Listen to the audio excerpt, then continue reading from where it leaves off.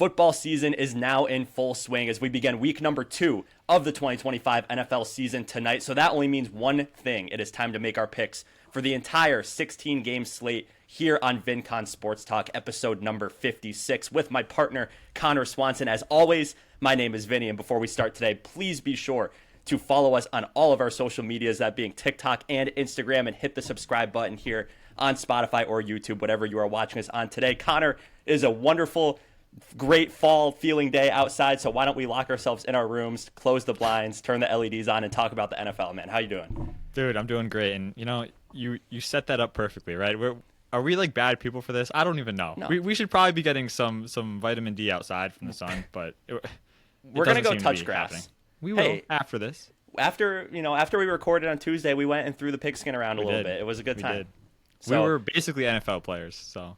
Yeah, we had a great time. We do not just sit in our rooms all day and talk about football and play video games, but Connor kind of does. But so anyway, I haven't even played a lot of video games this year. That's a crazy stray. Okay, sorry. Didn't mean to start it off on a sour note like that. I'm happy to be here with you talking the NFL. We got week number 2, week number 1 behind us, so all the overreactions about week 1 we can put to the side. But you know what I like to say? 1 week is an outlier, 2 weeks is a trend. So if you see anything like maybe the Patriots sucking again, I might be out on them. So we'll see. But speaking of our favorite football teams, why don't we get started with our picks for a very intriguing Thursday night game? Connor, tell us about it. Yeah, Packers and the Commanders, a big one in the NFC, right? A lot of people saying this game kind of determines who's going to be that number 2 in the NFC, battling with the Eagles right behind them. So this game really could have a massive impact on something like that. When you look at injuries, Packers are still dealing with a lot. Okay, Nate Hobbs, the corner who they signed from the Raiders, expecting him to come in and be their number 1 guy, still didn't play last week and likely won't be suiting up tonight. He's questionable with a knee injury. Right tackle Zach Tom, one of the best right tackles in the NFL, he is questionable. If any of you watched the game against the Lions last week, there was on the pick 6 that got called back for the Lions. There was a tough play where he fell hard right on his right side on his oblique, so he has an oblique injury. He exited that game, did not return, so he's questionable, as well as left guard Aaron Banks, the guy we signed from the 49ers. He is questionable with an ankle injury. He also exited in the second half of last week. Micah Parsons kind of dealing with the same news that we had a week ago, which would likely indicate he is going to be out there tonight playing. They say he's questionable with the back injury, but that's exactly what they said last week, and he was out there. And then for the Commanders, only real injury right here is the Washington Commanders defensive end, Dietrich Wise Jr. He's questionable for the game, but I'd imagine he's going to be out there as this is a very big game. Vinny, big takeaways from last week that we can kind of use for this game. Both teams were very, very good against the run. Commanders obviously playing the Giants offense, not nearly as dangerous as what we know the Lions offense to be for the Packers, but still, both held both running games in check. I think this is going to be a battle of that, the trenches, battle in the trenches. Who can win the offensive line, defensive line battle? I think that's going to determine this game a lot. And if the Packers win it and they're able to run the ball a lot, I think they're going to have very good success. Vice versa, if the Commanders are able to do it and they can run the ball against this Packers team, I think they'll have a lot of success as well. So I really think this game is going to come down to who can win in those trenches. And for me, I think it's going to be the Packers. But Vinny, before we get to our official picks, what are your thoughts on this game? I'm excited for this game. First of all, I think it's one of the better matchups of week 2. Probably a top 3 matchup of week 2 here. Yeah. Lambeau's going to be a great atmosphere tonight. I think we're doing like the whiteout thing, like the tundra thing. Out. Very nice uniforms. Love that, but I'm not feeling the frozen tundra vibe in September. It's like 80 degrees outside right now. There was a chance of a winter storm, but that ended up passing, so they're not going to be playing in snow. Gotcha. It's going to be like 60 degrees and clear. There was a chance of some snow. There was a chance of snow earlier in the week. They said it was possible that we could have gotten our first snow. You're not messing with me? I'm not joking. Oh, come on. Look, I'm not joking. There was a winter storm warning in the area like that came out on Monday, and then it went north, I think.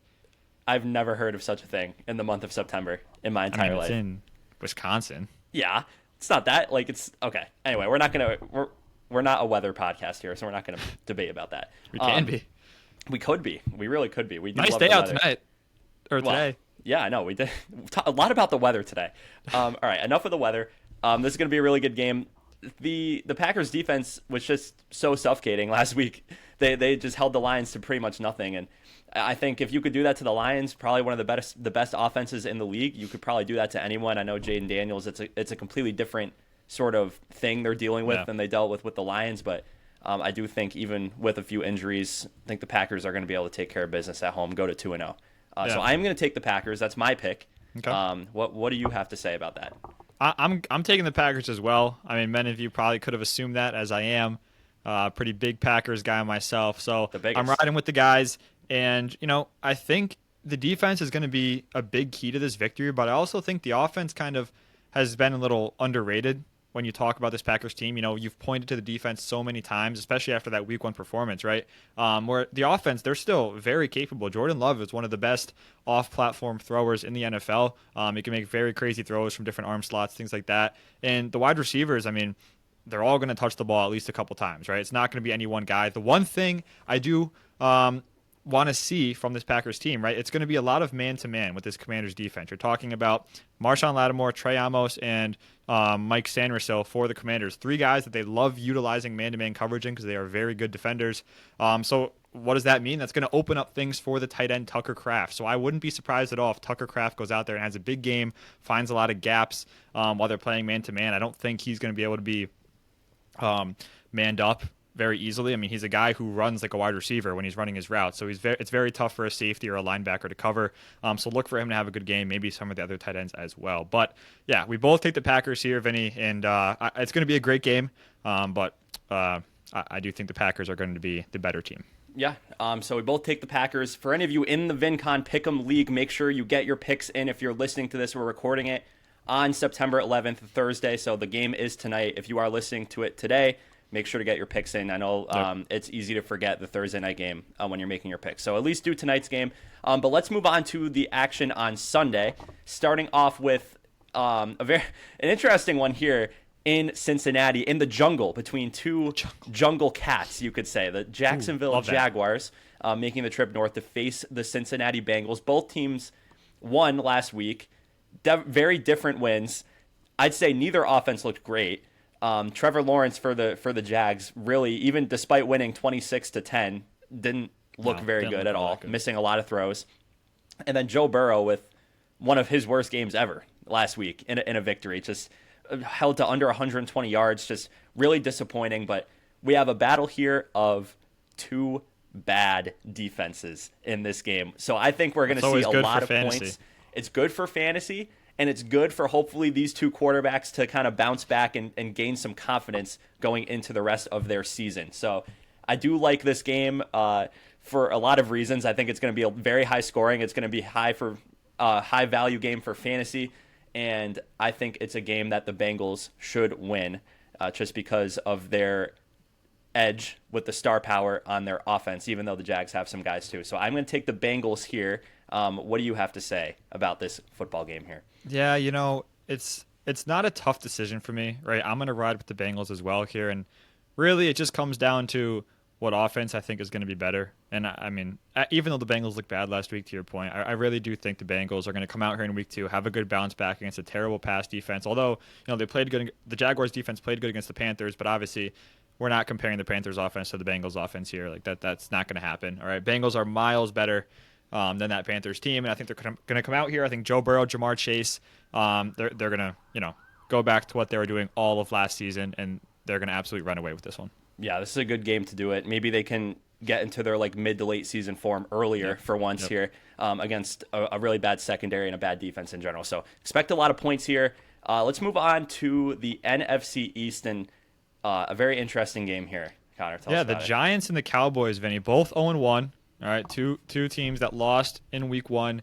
And for injuries, again, just a disclaimer, we're recording this on a Thursday. Games aren't going to happen until Sunday. Of course, that Packers-Commanders game was an exception. That's Thursday night. That's today. But for the rest of these games, these injuries that we mentioned, they're still very early on. There's still 3 practice days technically, because this is from yesterday's practice report. So 3 practice days still to go before the final injury report. So just keep that in mind when we're mentioning injuries like this, that they can change in the next coming days.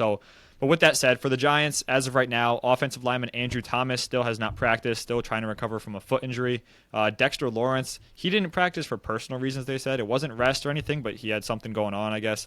So he did not practice. And then wide receiver Wan'Dale Robinson did not practice. He had a pretty good week 1 game there alongside Malik Neighbors. So if he can't go, that would be rough for them.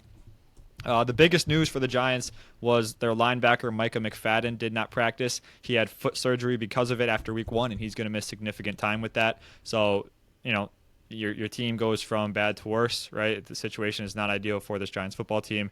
Then Malik Neighbors, I'd imagine he's going to play, but he was limited with a back injury, similar things to what we saw last week. On the Dallas Cowboys side, a big news here. Cornerback Deron Bland, possibly their best defensive player now that Micah Parsons got traded. He has not practiced. He has a foot injury, and he could be missing multiple weeks with that, head coach says. So, Vinny, you trade Micah Parsons, and now your star corner is hurt, could miss multiple weeks. This Cowboys defense goes from, bad to worse. Like, both teams kind of are getting some big hits on defense. What are your thoughts on at least the Deron Bland injury? Well, not good for the Cowboys, obviously. There really isn't very many guys left on that defense that could do very much, which is unfortunate. But they did play pretty well against the Eagles last week, I'd say. Compared to expectations, they, held their number 1 wide receiver to 1 catch. So I think with the guys left on the Cowboys defense, their game plan should be stop Malik Neighbors. And if you are able to do that, I think the Cowboys should win this game pretty easily. But that is a pretty tough task, maybe even tougher than stopping A.J. Brown at this point. It's arguable to say that. But outside of Neighbors, we know the Giants don't really have much going on the offensive side. Russell Wilson will be starting again. I know there are a lot of Giants fans that are calling for Jackson Dart already. Let's pump the brakes a little bit here. It's only been 1 week. Russell Wilson, I think, is still a better QB than Jackson Dart at this point in their careers. But that's why they call it Overreaction Monday for a reason after week 1. So, always happens. You always see it. Always happens. But I'm going to take the Cowboys here to move on to our picks. They're going to, get the win at home. They were a great home team, not last year, but for many years they were a great home team. I think they're going to be able to take care of business against the Giants, who are, they're just not a good football team. They're not a good organization, just a really bad franchise in general. No. I'm right there with you, Vinny. I'm taking the Cowboys here. And one last note, they just have to be able to move the ball in offense. If the Cowboys can drive down the field and score a couple touchdowns, they should have no problem winning this game.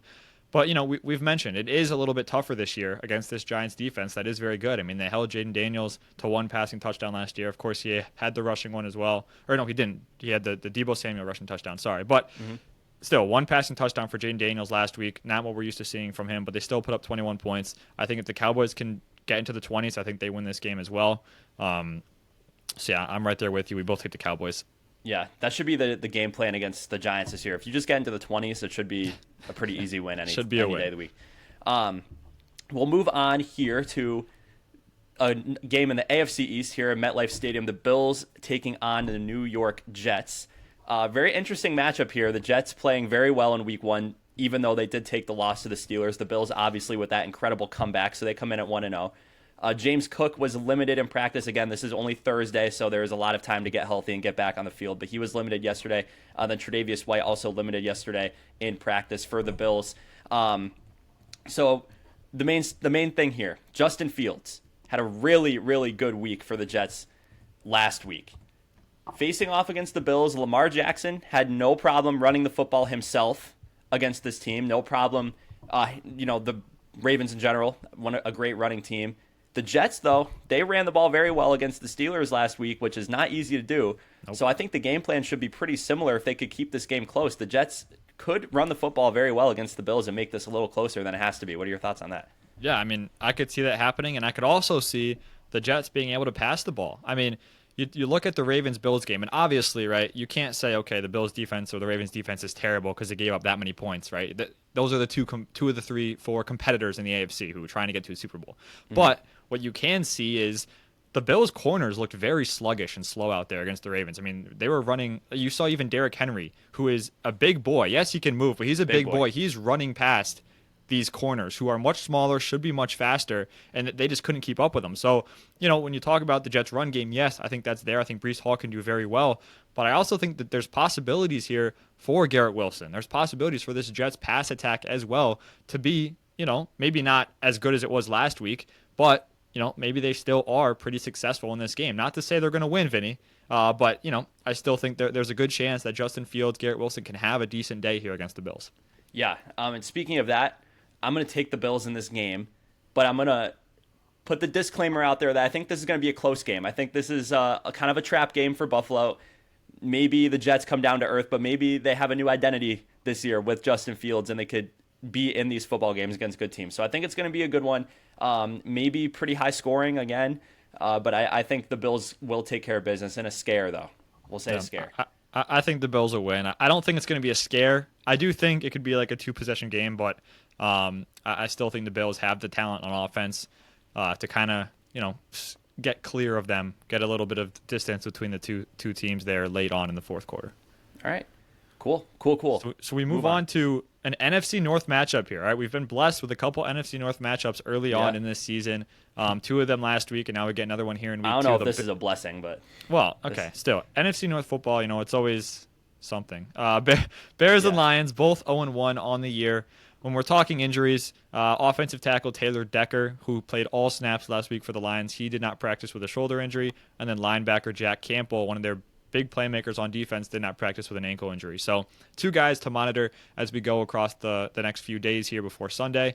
And then for Chicago, Kyler Gordon, cornerback, still working his way back from a hamstring injury. He was a late scratch to Monday night's game just a couple days ago. But the good news for the Bears, Jalen Johnson, TJ Edwards, Roshan Johnson, all moving in the right direction, trending towards playing here in week number 2, which are very big additions to this Bears team after what looked good to start and then turned into a terrible game from the Bears. So, Vinny, my question to you. Okay. Was week 1 just a tough matchup for the Lions, or are they going to be struggling all season against every single team? No, so week 1 was a tough matchup. They got blessed with a good matchup here in week 2. I think the Lions will be just fine. Are they going to regret? Did they regress? I think so, but they are still going to take care of business against the lesser teams of the NFL. And the Bears, unfortunately, my Bears, you guys know the deal by now. They're not a good football team, man. I'm sorry. There's not. I thought they were for 3 quarters on Monday night, and then they just ripped my heart out and tore it into a million pieces. So, not to be dramatic or anything. But yeah, the Lions are going to be fine. This is a good opportunity for them to kind of reinvent the wheel, you could say. Just go back out, see what they have, maybe score some more points, hopefully score some more points than they did in week 1 against a worse defense than the Packers for sure. So, give me the Lions in this one. Very confidently. I'm going to take the Lions as well, and I do think this could be a closer game than some people are thinking. We talk about the Lions, we talk about their aggression, and I think it's a little more significant than you might have initially thought. A lot of the coordinator changes, the offensive line changes, right? There's just a lot of pieces that are different this year that are big, very important to a successful football team, and you're going to face a Bears defense who are getting some of their better defensive players back, right? They were a good defense against Minnesota. Yes, J.J. McCarthy struggled in the first half, but the Bears are still a pretty solid defense in the NFL, and all things considered. So I think they can still give the Lions some trouble. And if they do, Caleb Williams, he flashed the ability, right? We saw it in moments, in spurts, where he was making plays, scrambling like Lamar Jackson, Jaden Daniels, right? So if he can do that on a more consistent basis, maybe make some of those throws that he was missing, that he shouldn't be missing as an NFL quarterback, I wouldn't be surprised if this game is a 2-possession game or a 1-possession game late in the game, and then the Lions add another one to make it a 2-possession game, something like that. Where I still feel good picking the Lions in this game, but I think the Bears will be hanging around for at least a couple of quarters. Dan Campbell's not going to let it happen. I'm confident. Dan Campbell is not going to let them lose against the Bears after what I didn't say lose. No. I'm not. This has nothing to do with you. I'm just saying in general. Okay. Sorry. No offense. Okay. So. A lot of divisional battles this week, which is fun to see early in the season. We got going to the AFC North now. The Cleveland Browns and the Baltimore Ravens, both 0-1. Both lost by 1 point, fun fact, in week 1. But again, looked very different. Browns, I actually thought the Browns were going to win that game, pretty much the whole game, but I don't think anyone else really did. And then everyone thought the Ravens were going to win against the Bills. So both pretty heartbreaking losses there. They're going to be playing in Baltimore. Place is going to be going crazy, as it always does. Only real injury news there, Denzel Ward for Cleveland. He's still dealing with a shoulder injury, limited yesterday. But again, only Wednesday. Got to emphasize that. This one I'm not going to read into too much here. The Browns are not a good football team. The Ravens, despite the bad loss, they're going to be motivated and going out there and take care of business, is what I like to call this, taking care of business. They're going to run the football like they know how to do, and they're going to be just fine. Even though the Browns, they can stop the run. They have that ability, but the Ravens are too good. The offense is too good. They're going to win this one by multiple scores, and I'm taking the Ravens with extreme confidence here. Yep, Vinny, I mean, I was just going to touch on that, right? The Browns held Chase Brown to a terrible stat line, right? It was like 21 carries for 40-something yards, right? It was a very bad performance. Browns defense were all over the run. And when you're playing the Ravens, that's what you're going to do. You're going to load up to stop the run. But obviously, Derrick Henry and Lamar Jackson are a very different breed, okay? The Bills probably thought the same thing going all offseason. Okay, week one, we're prepping to stop Derrick Henry. And he goes for 160 rushing yards. Right. And you're like, well, I guess that didn't work out too well. So I think the Browns are going to run into a similar problem. They're going to think they have it game planned for. Then when it actually happens, when Derrick Henry's throwing guys to the ground, they're going to realize you can't really game plan for Derrick Henry. So Browns probably should be 1-0 right now, right? If it wasn't for the kicker missing a field goal, missing some extra points. Browns should be 1-0, but even if they were 1-0, it doesn't change anything here. You're facing a much better team than you. Ravens are going to win this game. Yeah, and hey, Zay Flowers is here, by the way. He is here. He's here. He's a guy, especially if Denzel Ward for some reason doesn't play, I expect a big day from Zay, we'll call it. Boston College Eagle.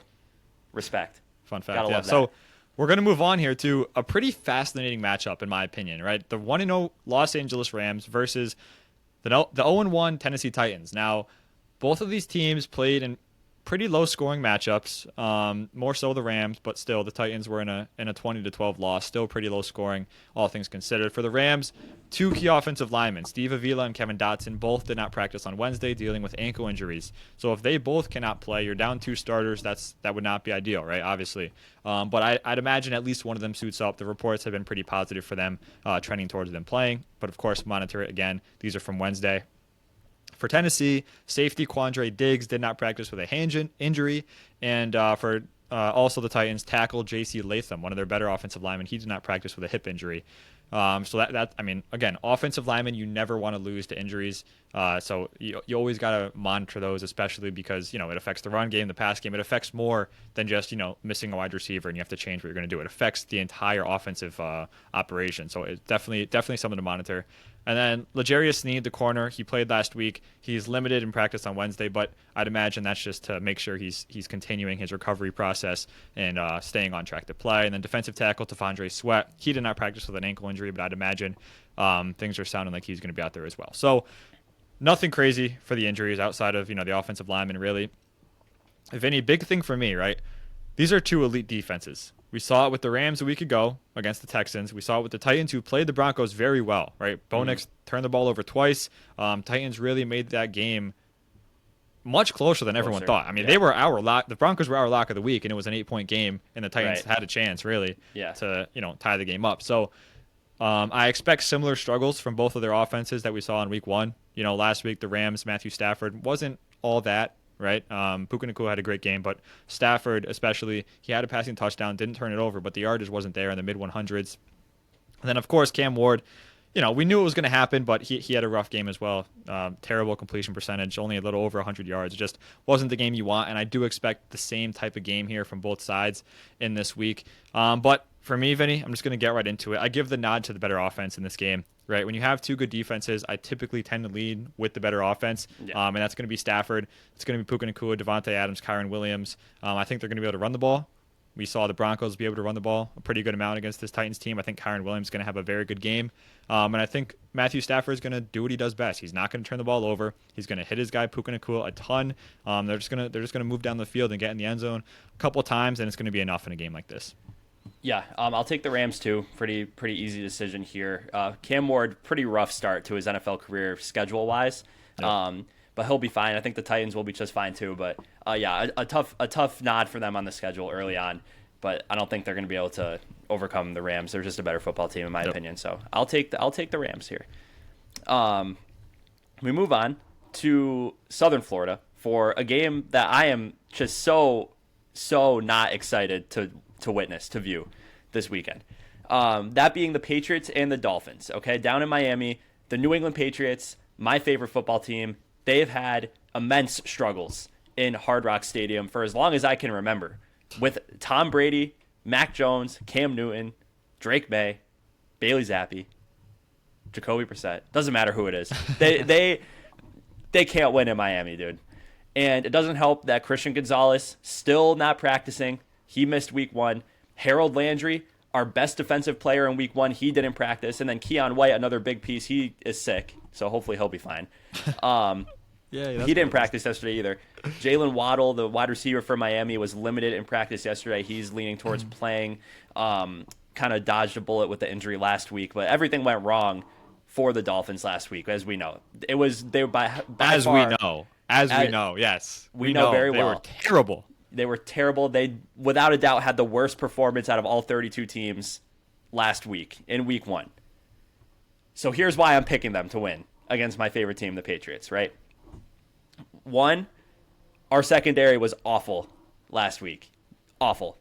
Jacoby Myers, who is an average wide receiver in the NFL, in my opinion, torched us, okay? There are 2 well above average wide receivers on this Miami Dolphins team and one of the best pass-catching running backs in the NFL. I think this is it for the Dolphins. And no, it's only week 2. This is the last time I'm going to pick them with confidence unless they go out there and look really good like they can. So I hate picking against the Pats. This is a game I want to win really bad and probably should win based on how bad the Dolphins were last week. But I just can't, in my right mind, pick the Patriots to win in this house of horrors for this franchise after how bad the Patriots looked last week on defense especially, and knowing how good the Dolphins can be, even though we haven't seen it in a long time. So we'll see. But I'm going to take Miami here. Yeah, I mean, I'm going to agree with you on this. You know, I was debating this pretty heavily because I was like, the Dolphins looked so bad last week. Like, can I really pick that team to win a game after that performance? And I was looking through it, and I'm like, you know what? I'm going to revert to the old saying where it's like, when you're at the very bottom, the only way to go is up. Right? The Dolphins, they cannot look worse than they did yesterday. No. Not yesterday, last week. They cannot put up less yardage than they did last week. I find it nearly impossible for that to happen. So I'm going to take the Dolphins here. I think they're going to get better than they were last week. You mentioned the cornerback room is very weak right now without Gonzo. I think Tyreek Hill, Jalen Waddle, they're going to have good games. And I think it's going to be enough to give them the win here in week number 2 and get them back to 500 and hopefully set them on a right path for the rest of the season. Hopefully not, but I got to be realistic. I can't pick with my heart every week with the Patriots, and this is just one of them that I just don't like. So anyway, we'll see what happens. Move on. Yes. So we move on to a very intriguing matchup. Now, not necessarily a game I want to watch. For all the wrong reasons. Yeah, for all the wrong reasons. It's a very intriguing matchup. The injury bug has struck in San Francisco. It seems to be doing it all the time. Now, the 49ers are taking on the Saints, and let's just start rattling them off. Okay, Brock Purdy, he's out 2 to 5 weeks with turf toe. There goes your quarterback. George Kittle, one of the best tight ends in the league, placed on IR, hamstring injury, definitely 4 weeks out. So Brandon Ayuk's already out for them, remember that. And then Jawan Jennings, shoulder injury, has a chance to play Sunday, but he's questionable. He's been missing practice. So, I mean, Purdy, Ayuk, Kittle, right, they're out. CMC allegedly is healthy, right? He looked fine last week, but he could drop at any moment. Jawan Jennings, your second wide receiver's out. Yep. And now you're down to Ricky Pearsall and Mac Jones. You're cooked. So the only thing going for this 49ers football team this week is that they're playing the Saints. That's it. If they were playing any other team, and I'm serious, I think any other team, I take whoever they're playing. But because they're playing the Saints, I'm going to take the 49ers. I'll put that out there now before we talk about everything else. But for the Saints, there also are some pretty big injuries, right? Safety Julian Blackmon, he did not practice with a shoulder injury. Tackle Tylese Fuaga did not practice with a knee injury. Guard Trevor Penning did not practice, toe injury. Defensive end Chase Young did not practice, calf injury. Of course, Wednesday, again. So for the Saints, at least, these are injuries that can change and progress, and they can end up playing. For the Niners, those guys are out. Yeah, they're out. Jawan Jennings, the only one that has a slim chance of playing, but Kittle, Purdy, I mean, they're guaranteed to be out multiple weeks, so that very bad for the Niners. Mac Jones, he's gonna have to step up. Okay, last year in 2024, he started 8 games. He went over 220 passing yards 5 times in the 8 games. Now that seems fine, right? But he threw 8 touchdowns to 8 interceptions, terrible, and went 2-6.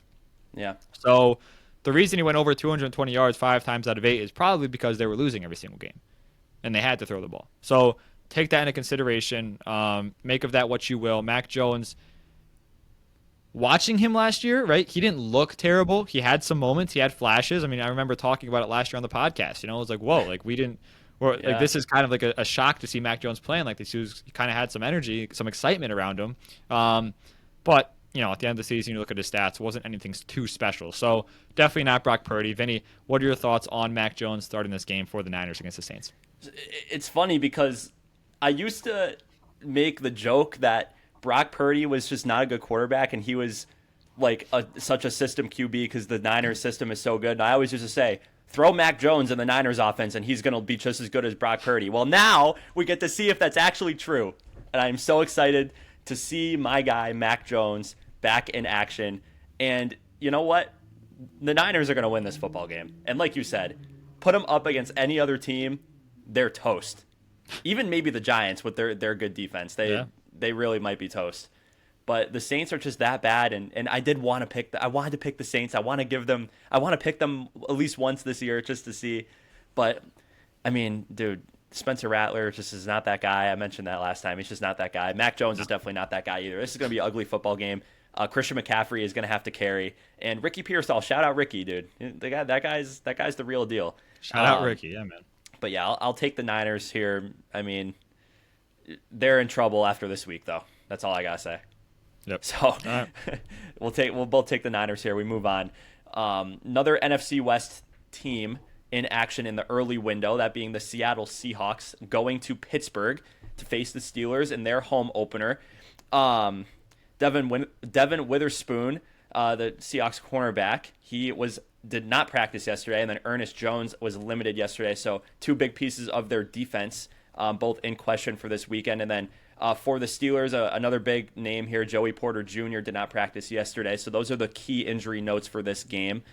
Interesting game here. I think before the season started, I looked at this game as this is going to be a defensive battle. Not a lot of points in this one. But then the Steelers went out last week and put up 34 against the Jets. Yep. And you start to think maybe this offense is legit. Maybe Aaron Rodgers is excited and has some energy behind him, and this team is going to be good. This will be the week that proves if that is a fluke or not. The Seahawks are a pretty good defense here.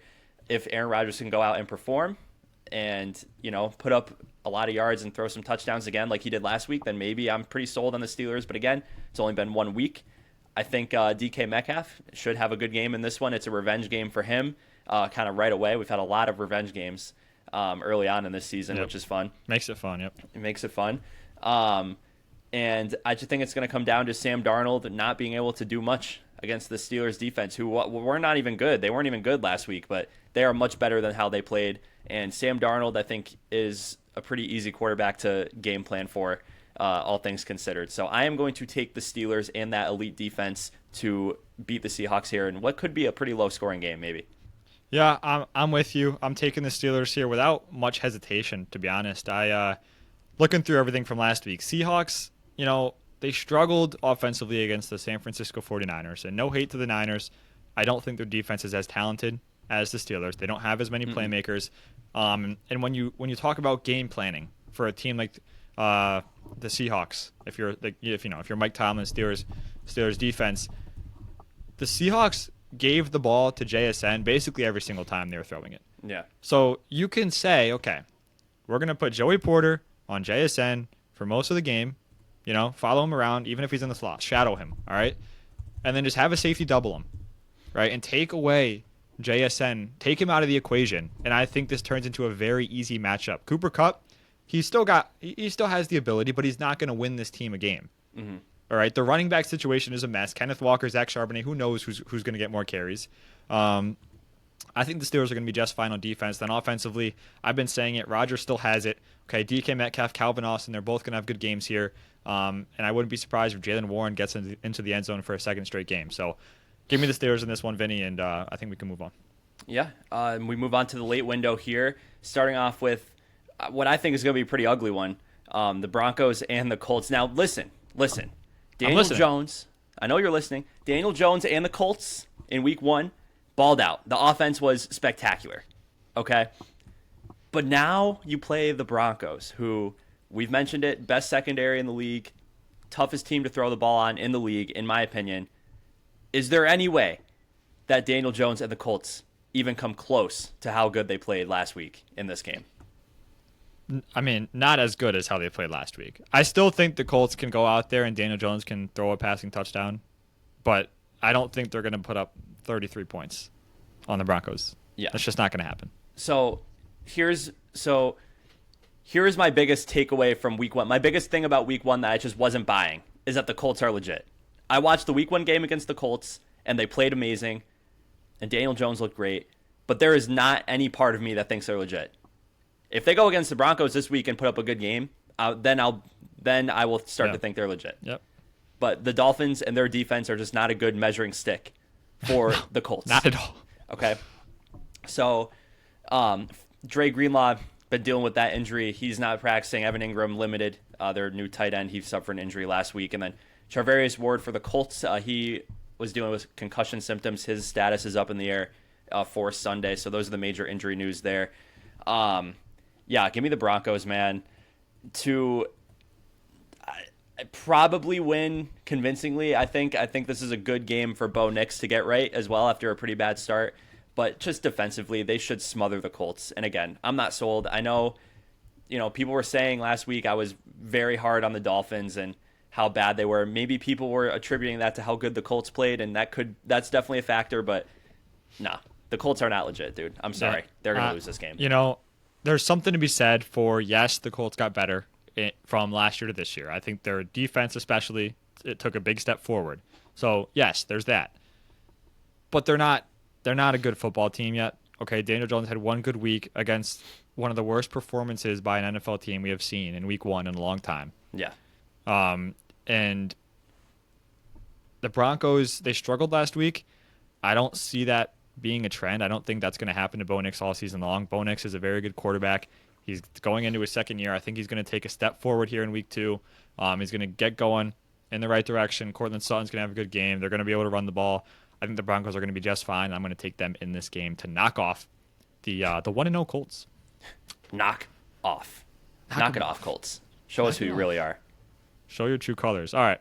Please do. We move on to a game that might be one of the uglier games on the slate. It's going to be the 0-1 Panthers taking on the 1-0 Arizona Cardinals. Not a lot of injury news for Carolina. Defensive lineman Turk Wharton, hamstring. He's out multiple weeks, so that's the big loss for them. But they should be getting their left tackle, Ika Mikanku, back. He's ramping back up after missing last week. For the Cardinals, linebacker Cody Simon, he has a concussion, so we'll see if he's able to return in time.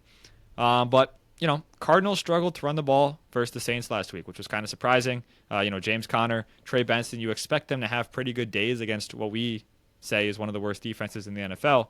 And then on the flip side, Carolina couldn't stop Jacksonville running the ball. Travis Etienne had an incredible game, and the Jaguars in total went for 200 yards rushing. So you put those two things together, right? I think the Cardinals should be able to run the ball in this game. I think James Conner is going to be able to forget about last week, forget about the struggles he had on the ground game, look forward to this game, and I think he should be able to get close to 100 yards. I think he's going to have a fantastic game. I know we have differing picks on this game, Vinny, so we'll get to that in a minute, but I am confident the Cardinals are going to be able to do enough to get the victory here. I just think the Panthers, they looked really bad last week, and I know they played the Jaguars, right? So you would think, we were talking about it last week. We thought that was going to be a game where they were going back and forth, scoring points left and right. Bryce Young was going to look good after a strong finish to last year. He came out, he turns the ball over twice. He looked absolutely terrible. And the Cardinals' defense is much better than the Jaguars' defense. I'm not saying the Cardinals' defense is a top 10 defense, but it's better than the Jaguars. The Jaguars' defense was terrible last year. It's still not going to be very good this year. So the fact that Panthers could not move the ball at all against the Jaguars worries me just a little bit too much. I'm riding with the Cardinals in this game. Yeah, so we do have differing picks. I'll go with the Panthers here. And first of all, this is week one, I definitely played it safe. Week two, I don't mind throwing a little more of an outlandish pick out there here and there. The Panthers are definitely that for me. And this game, I think this game is a complete toss-up because the Cardinals are not a team that I trust to beat anyone in the NFL. Mm-hmm. Genuinely. They're a better team than the Panthers.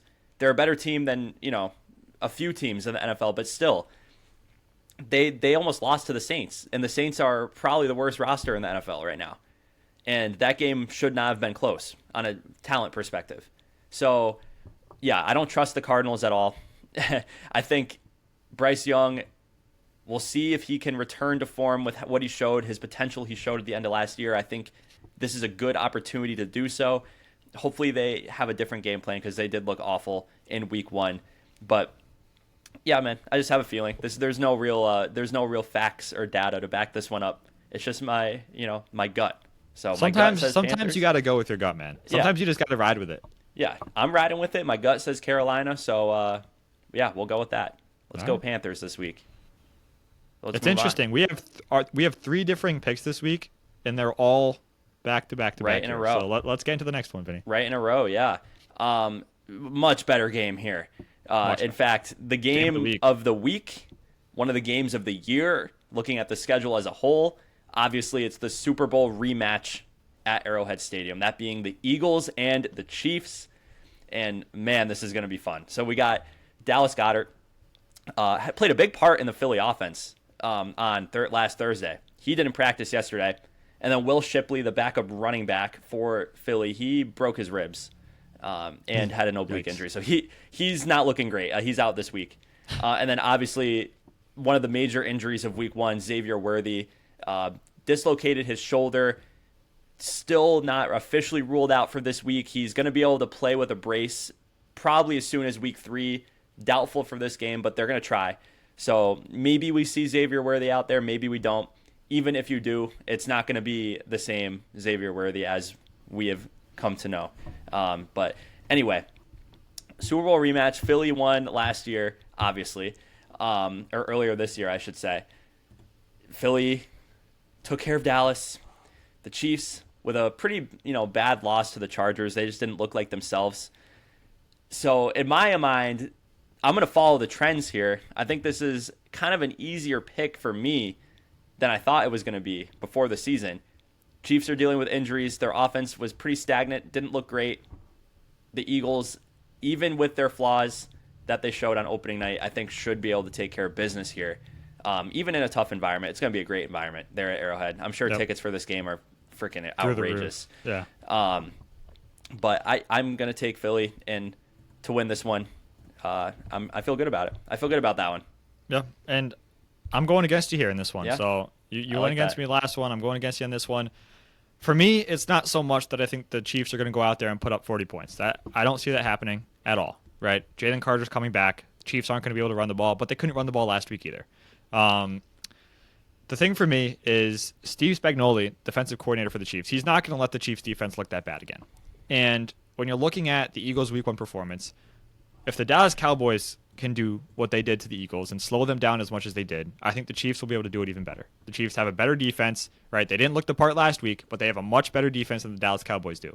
So I'm putting faith in the defensive coordinator, Spagnuolo, and the stars on that defense to make some plays, turn the Eagles over a little bit, stop Saquon, double team A.J. Brown like we saw the Cowboys do, take him out of the game, and this is going to be a very good game, close game.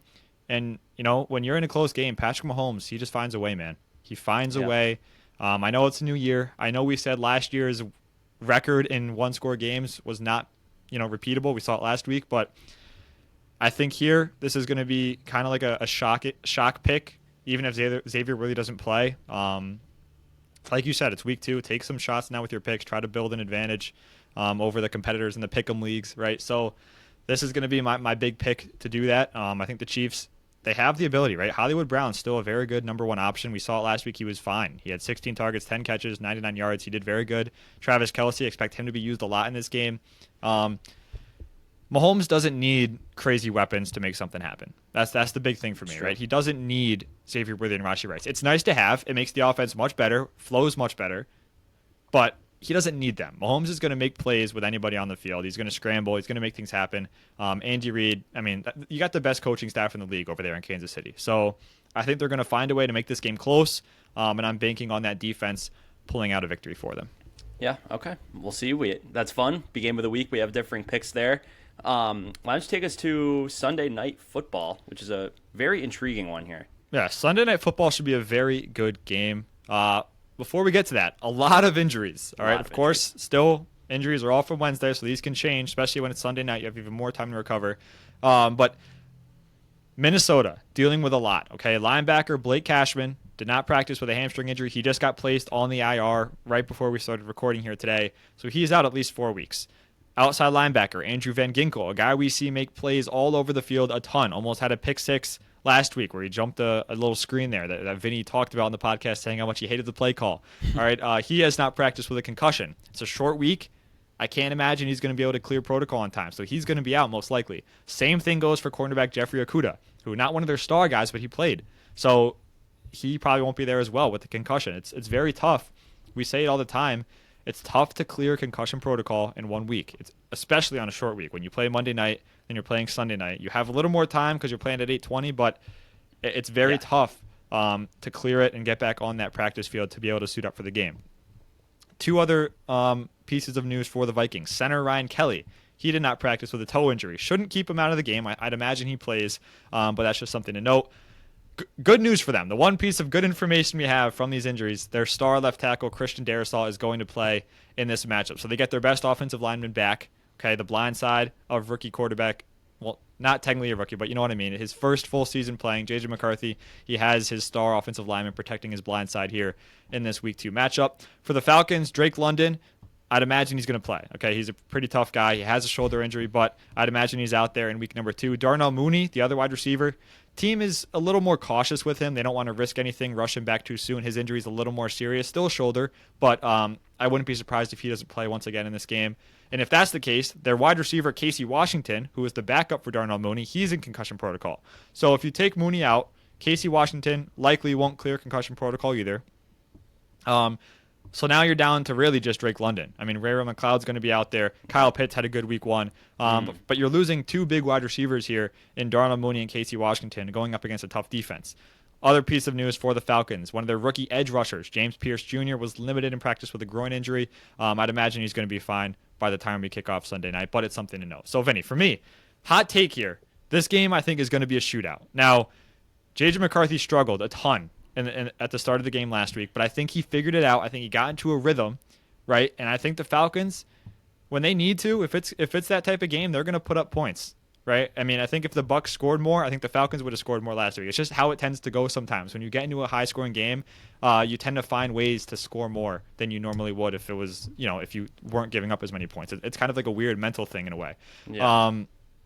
Falcons, they honestly shut down a pretty good Bucs offense for like a full half and then some last week. I mean, the Bucs really didn't do anything in that first half, even in the third quarter, right? It wasn't anything crazy. Mike Evans had 51 yards on 5 catches. You take away the 2 big touchdowns to Igbuka, and the Bucs really had nothing going. Couldn't run the ball, right? So, I mean, this Falcons defense played very well last week. I do think the Vikings defense is going to be the better defense in this game, but still, good defenses on either side. Falcons are not going to be able to run the ball. That's my thing.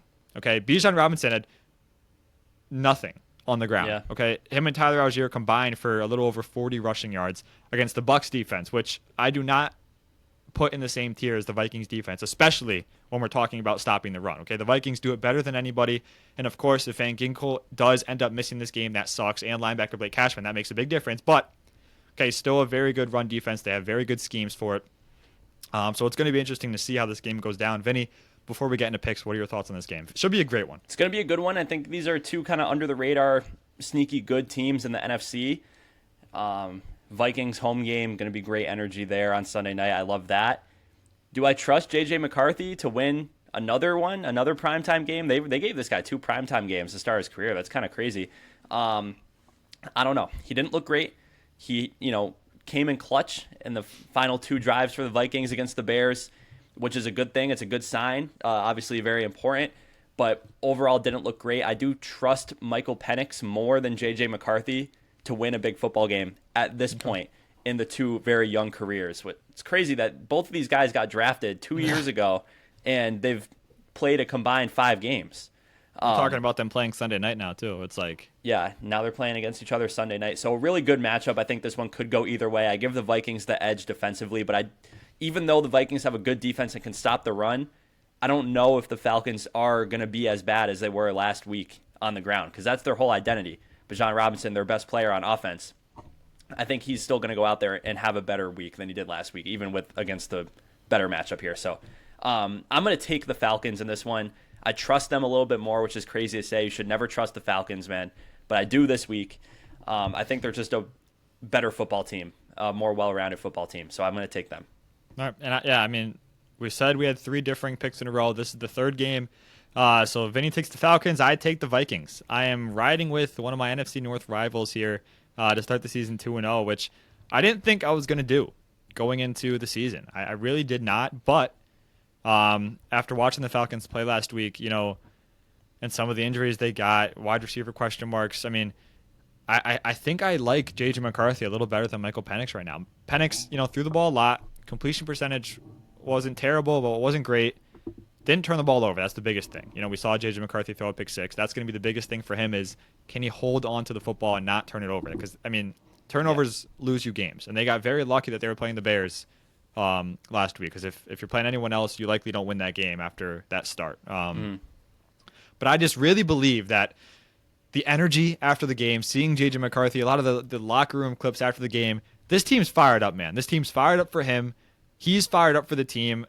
And when you have that type of energy, I think anything's possible. So I'm going to take the Vikings here to start the season 2-0, which is something I did not think, Vinny, I was going to be doing to start this season. Yeah, I mean, that would be pretty crazy. I never would have thought that either. But that is going to be a fun game here on Sunday night. So we move on to Monday night, the first Monday night doubleheader of 2025. I hate the Monday night doubleheaders, man. But this one's not bad because their games they go one after another. It's not at the same time, at least. Yep. So we got the Bucs and the Texans leading us off. Why don't you talk about that a little bit? So again, for these 2 Monday night games, we decided that, really talking about injuries, it just wasn't going to make much sense. There's not even an injury report out. Yeah. Because they haven't actually, they'll release their first one in a couple hours from now. So really, we can't really talk about injuries too much. At least for this game, no one got hurt last week. That was anything significant. Of course, there's people like Chris Godwin still trying to work back from injuries, but don't expect him here in week number 2. But just talking about the game, these 2 teams, right? The Texans, very underwhelming week 1 offensively, but they played a very good Rams defense, right? And Buccaneers, very underwhelming as well on the offensive side of the ball, and they didn't play as much of a good defense. So, Vinny, I'll be honest, when I was looking through these games, I was stuck up on this one more than any other game on the week. Because the Texans, I'd imagine, they don't look that bad on offense for 2 straight weeks. Okay, I just can't see Nico Collins doing that bad again. He's too explosive. They have too good of a connection there. And I don't think the Buccaneers defense is as good as the Rams defense. So I think the Texans will do much better on offense this week. But I decided to go with the Buccaneers just because I think they got a little more oomph, right? Texans, CJ Stroud, and Nico Collins. And that's about it. Nick Chubb, he had a little bit of a head injury going on. I don't know what the news is there, but he might not. We're going to have to see what happens with him in the run game, which he had 60 yards, but outside of that, no one else really did too well. But the Buccaneers, you got Baker Mayfield, you got Mike Evans, of course. Then the young star emerging last week, Emeka Egbuka, Bucky Irving, one of my favorite guys in the backfield there. And, you still got one of the best defensive coordinators in the NFL in Todd Bowles. So I love this Buccaneers team. And while I do think this is a much tougher matchup for them than the Falcons were in week 1, I think the Bucs are going to look better in this game. I think they got through all the kinks last week. Baker Mayfield struggled in the first half. I think he figured it out. He got the team the win at the end of the day. I think they're going to be able to come into this week with a little more preparation under their belts, a little more what's the word I'm looking for? I don't even know. But anyways, the Buccaneers, I think, are going to win this game. I'm going to stop rambling. Tough game to decide. Should be a good Monday Night Football game. Vinny, what are your thoughts? Yeah, it's a tough one. I'll take the Buccaneers, though. Much more well-rounded offense. Defensively, Houston is good, but I don't think the Buccaneers are going to be able to be stopped by the Texans. And the run game, I look at the run game. I mean, Houston, I don't think they're going to be able to do much pretty much all year, and especially in this game. So they're going to rely on the pass. CJ Stroud didn't look great last week, didn't look great all last year. I don't think he's going to look great in this one either. So give me Baker, ratting with my guy, and give me the Buccaneers. They're just a better football team, and they're going to kick off the doubleheader with a W in the first game. Okay. So we move on to the West, the AFC West. So we're talking all W's today. Connor's shaking his head at me. I don't care. We'll give me the Chargers versus the Raiders in Vegas, and another Like I said, AFC West battle here, a lot of divisional games. The Chargers look great in week 1 against the Chiefs, and the Raiders look really good too against the Patriots. They looked very competent. Their offense operated very smoothly. Geno Smith, like we mentioned, throwing for over 350 yards. One of the better games I've ever seen from Geno Smith, to be honest. But they are going to be facing a better defense in the Chargers, who slowed down the Chiefs tremendously in that week 1 game in Brazil. We mentioned that. But I'm feeling a lot of points here in this one. I really am. I think this is going to be a shootout, and the Chargers are a better football team. And I think they're going to take the W here. I'd agree with you here 100%. I'm taking the Chargers in this game. Now, what I hate about this game is the Chargers seem to be that team that can go out and look that good against the Chiefs and then come here against the Raiders and lay an absolute goose egg. Yeah, right? I agree. And be absolutely terrible. And I would not be surprised at all if that's the case. And the Chargers come out and they just can't do anything on offense. For some reason, the Raiders they're giving them all sorts of fits. And then we're talking in the recap episode next week about the Raiders winning by 2 touchdowns. Yeah. And we're just like, what in the world happened? So if that happens, don't be too surprised. The Chargers teams are known to do things like that, which is ridiculous. But after that week 1 performance, I have to put my faith in them. I have to say, you know what? They're going to go out and beat a team like the Raiders. And I think they're going to establish themselves as one of the contenders in the AFC West this year. Yeah.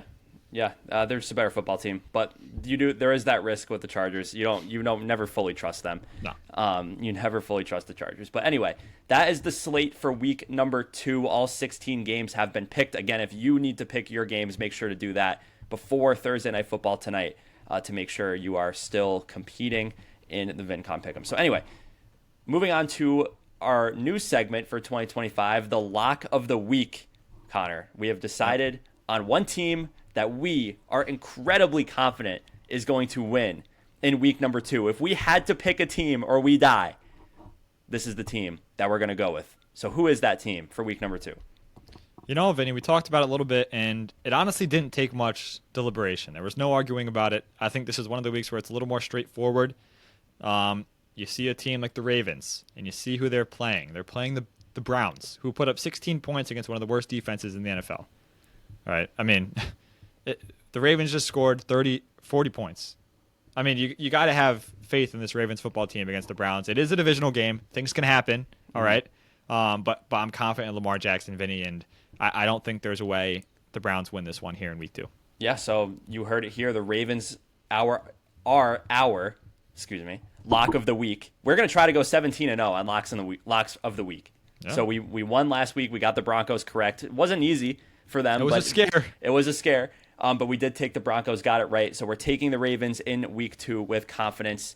So we're going to end our episode today with our fantasy segment of the week, starts and sits, where we each pick 2 players we're confident you should put in your lineups this week in fantasy football, then 2 guys you should leave out of your lineup. So Connor, give me your 2 starts for week number 2 in fantasy football. So I'm copy-pasting one guy from week 1 to week 2 here. I was looking through, and there weren't a ton of names that jumped off the page as guys that, because when we're doing this segment, we don't want to put out guys that are like Jamar Chase. Obviously, we're not going to be like start Jamar Chase, because you should be starting him no matter what. Needs to be a question. Needs to be a debate. We're trying to find guys that, you're looking up, okay, who should I start here? This guy or this guy? Maybe it's a guy who was on your bench last week that you're thinking about starting this week because of a matchup. So last week I had Ricky Pearsall on here, and I'm bringing him over, and I'm using him again. All right. Mac Jones is going to be the quarterback in San Francisco this week, right? But you're playing the Saints, no George Kittle, possibly no Jawan Jennings. Every single target in this offense is going to be through CMC and Ricky Pearsall, right? And if you're a fantasy manager, you love to see that, because that means, especially if Mac Jones does bad, right? We're picking the Niners to win this game still, but if he is terrible and the Saints are up, I mean, they have to throw the ball even more. Yeah. And if it's late in the game, they can't do checkdowns to CMC. They have to go down the field. So Ricky Pearsall is going to have even more appeal and that type of sense. So I'm not worried about Mac Jones from a fantasy perspective for Ricky Pearsall. Maybe it cost them a game overall, but I think Ricky Pearsall is going to be just fine in fantasy. I think he's a guy you want to be starting this week against the Saints. My other guy is a guy by the name of Tucker Kraft, all right? One of my Green Bay Packers. He's playing tonight, okay? So if you're watching this episode, or if you don't watch this episode until tomorrow, you're out of luck. Yeah, But get him in your lineup now. Washington, I mentioned it when I was talking about the game. Washington's going to play a ton of man coverage with their 3 elite corners. I don't think there's going to be someone who can match up with Kraft. I just don't. He runs routes like a receiver. He's going to extend the field.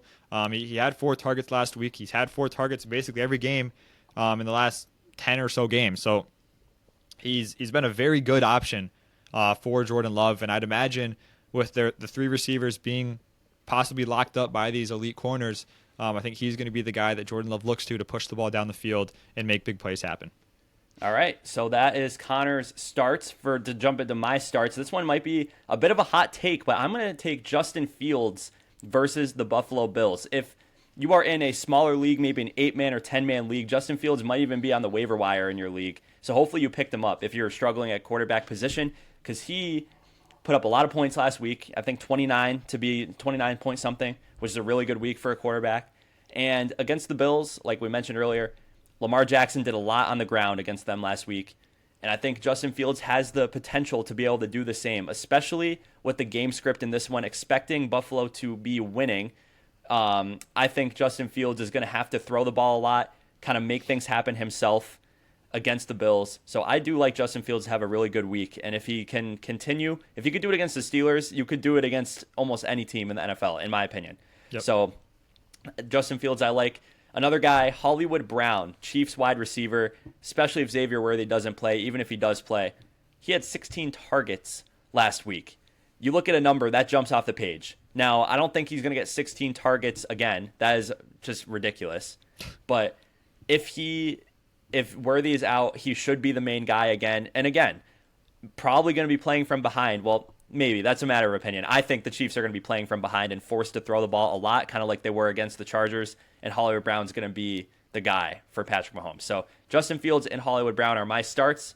Now going into, Connor, your sits for week number 2. A guy that you had sitting last week. Maybe Yeah. It just seems like I'm, copying guys from the it's weeks okay. prior. But, I mean, honestly, Calvin Ridley, again, in week number 2, we mentioned it for the Titans. This is a bad matchup versus the Rams. A Rams defense that held Nico Collins to 5.5 fantasy points. Mm-hmm. All right, one of the best receivers, one of the best fantasy receivers in the league, had 5.5 fantasy points against this team. And now Calvin Ridley, with a worse quarterback, a worse offense in general, and you're not as good as a wide receiver as Nico Collins, you're going into this game, it's a rough spot for you. So Calvin Ridley, I'm definitely sitting this week. If you have other options, I would try and use them. If not, I mean, it is what it is. But if you have the ability to bench Calvin Ridley for this week, I think you should. I think after this week, things open up for him. I think the Titans offense will be much better, but this is just a rough 2 weeks to start the season. My other guy, Kenneth Walker versus the Steelers. When you're looking at last week, right, it doesn't seem like a bad matchup, which we would have expected because the Steelers gave up a ton to Breece Hall last week. So that's not the reasoning for this. But the bigger reason is the Zach Charbonnet usage last week. Yeah. It's a major red flag. Zach Charbonnet had more carries than Kenneth Walker, was more efficient, had more yards, had the touchdown, and he's in the receiving game as well. So Kenneth Walker, I mean, I'm hoping this is wrong because I'm hoping, Kenneth Walker gets more opportunities this week. But from what we saw last week, I would be very concerned if Kenneth Walker was one of your starting running backs. Maybe he's in your flex, and maybe I'm not as mad about it. But if you have the ability to sit him, I would definitely do so. Yeah, I actually agree with that. Zach Charbonnet looked like the guy in Seattle, which is kind of crazy. But anyway, 2 guys who I think you should leave out of your lineup. First, a guy that a lot of people wouldn't even be able to leave out of your lineup. But if you are able to, I don't like Davante Adams this week against the Titans. I think the game script is going to be run for the Rams a lot. And, I mean, Davante Adams is still a great wide receiver, but Puka is the guy in LA. And when you're not in a game that's an absolute shootout or, back and forth, or the Rams are down and have to throw the ball, I don't think Davante Adams is going to be a great fantasy option, especially against the Titans, who are a really good defensive team. So that's my first guy. Second, Michael Pittman had a really good game last week for the Colts. We mentioned it this week. They are playing the Broncos. Most receivers against the Broncos, unless you're one of those elite guys, I'm going to suggest to sit them. And they're going to probably be on this segment quite a lot. But again, don't like Daniel Jones this week. Don't like the Colts this week. And that, results in Michael Pittman, I think, not having a good game. So Davante Adams, Michael Pittman are my sits. Calvin Ridley, Kenneth Walker are yours. And that is going to wrap up episode number 56 here of VinCon Sports Talk. Week number 2 going to get underway. Connor, good luck to your Green Bay Packers tonight in a big game. Thank you. I'm I'm confident. I'm feeling good. He's feeling good. I'm feeling good about him too. And I would like to see a Packers win tonight just for the morale of the program. The morale of the team.